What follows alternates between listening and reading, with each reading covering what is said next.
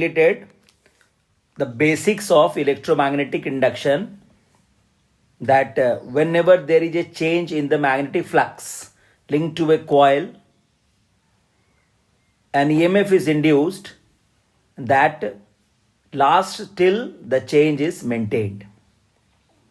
And the nature of that EMF induced is such that it always opposes the very cause from which it is produced. That is Lentz's law. Now, with this concept, Faraday has designed to produce the alternating current or alternating EMF by simply rotating a coil in a uniform magnetic field. So, this is the lesson for today, that is principle of generation of alternating EMF or alternating current.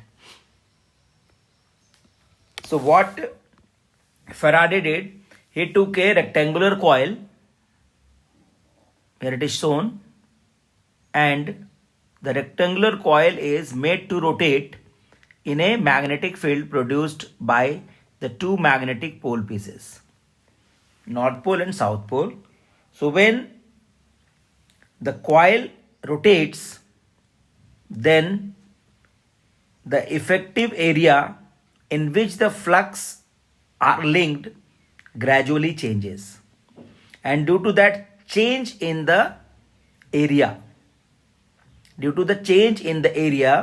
the flux linked to the coil changes, and as a result an EMF is induced, and which is found to be alternating in nature, because with the rotation sometimes the flux changes from maximum to minimum, then from minimum to maximum, then from maximum to minimum, then from minimum to maximum, and as a result the nature of EMF is such that it is alternating, sinusoidal we can say. So this experiment helps Faraday to design the AC generator, right?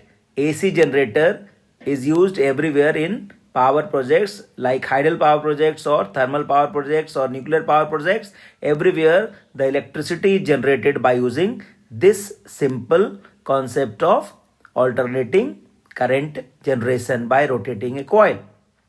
Okay, now if N is number of turns, A is area of the coil, B is the magnetic field produced by magnetic pole pieces, and if omega is angular speed of the coil, and theta is the angle between magnetic field and normal to the plane of the coil at an instant. This is very important. If we have a plane and the magnetic field is like this, and the perpendicular to the plane is also like this, then theta is 0. So at any instant, if this angle is making theta, so that theta is the angle between magnetic field and normal to the plane. This is very important to remember. This is not the angle with the plane. It is the angle between magnetic field and normal to the plane of the coil. If in a numerical the angle with the plane is given, then you have to find the value of exact theta by subtracting that value by 90 degree. So in that case, theta will be 90 minus that value. Okay. So if a coil is made to rotate in a magnetic field, at any instant the normal to the plane of the coil is making an angle theta, and our aim is to find what actually is the flux linked at that time when the angle is theta. So we know the formula of flux. Formula of flux is B dot A, means BA cos theta. Here theta is that angle, and if N is number of turns, the total flux linked to the coil is NBA cos theta. So if you know this, now the things are very simple. We have to apply simply the Fleming's Faraday's laws of electromagnetic induction. Okay. So phi is NBA cos omega t, because theta is omega t. Omega is angular velocity. So omega is equal to theta by t, or we can say theta is equal to omega t. So this is. Now we have to apply Faraday's laws of electromagnetic induction, that is E is equal to minus d phi by dt, and put the value of phi here, and we get this is minus NBA, and cos omega t differentiation is minus sin omega t into omega, and then the E is equal to NBA omega sin omega t. So we have got a sin omega t factor here, and that actually makes this EMF sinusoidal or alternating. Now, if this omega t is 90 degree, if the normal to the coil is making an angle 90 degree with the magnetic field, then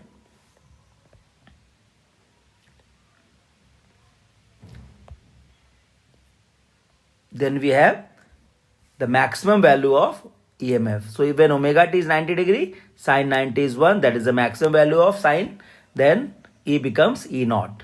So the value of E naught becomes NBA omega, and if we put the value, we have got E is equal to E naught sin omega t, and that is the alternating nature of EMF. So if we draw a graph or the nature, and that is sinusoidal. So when we have rotation of the coil, the value of E starts from 0, comes to the peak, that is E naught, again comes to 0, then again comes to the peak on the other side, that is the minus side, and again comes to 0, and again it goes like this. So because of this nature, the EMF is called alternating EMF.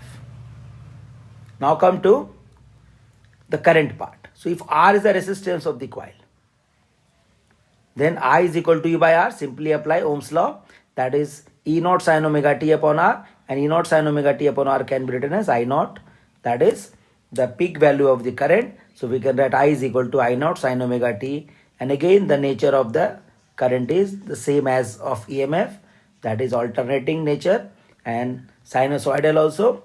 So this is called AC.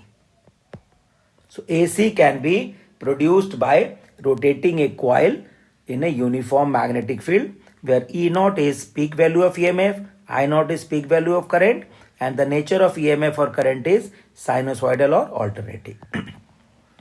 So in this way, we can produce a current known as alternating current, and by modifying the design of the device, that Faraday has designed a complete set known as AC generator. That description of the AC generator we will study later on.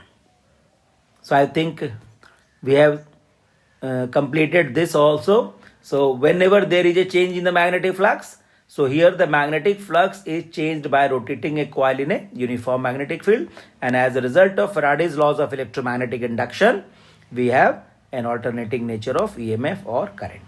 So that's all for today's lesson. Have a nice day. Thank you very much.